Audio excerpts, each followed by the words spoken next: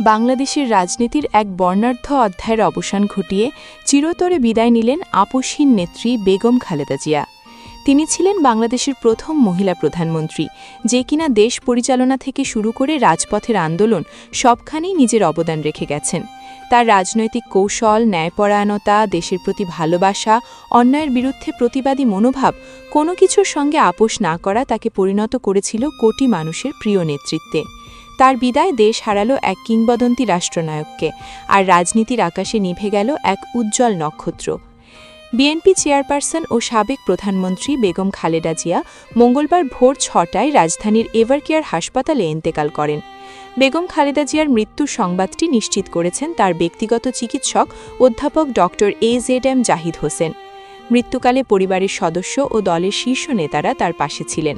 গত 23 নভেম্বর থেকে বেগম খালেদা জিয়া রাজধানীর এভারকেয়ার হাসপাতালে চিকিৎসাধীন ছিলেন।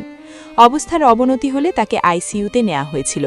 তার শারীরিক অবস্থা অত্যন্ত জটিল এবং তিনি সংকটময় মুহূর্ত পার করছিলেন বলে আগেই জানিয়েছিলেন তার ব্যক্তিগত চিকিৎসক AZM জাহিদ হোসেন।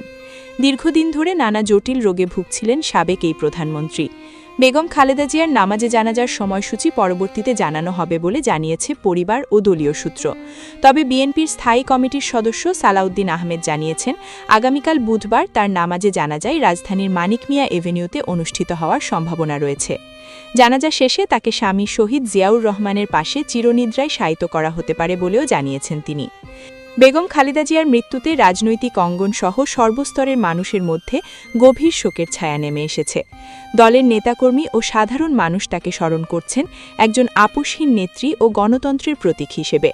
দেশ ও জাতিকে শোকের সাগরে ভাসিয়ে দিয়ে বাংলাদেশের রাজনীতির এই প্রভাবশালী নেত্রী আজ সকালে চলে গেলেন না ফেরার দেশে।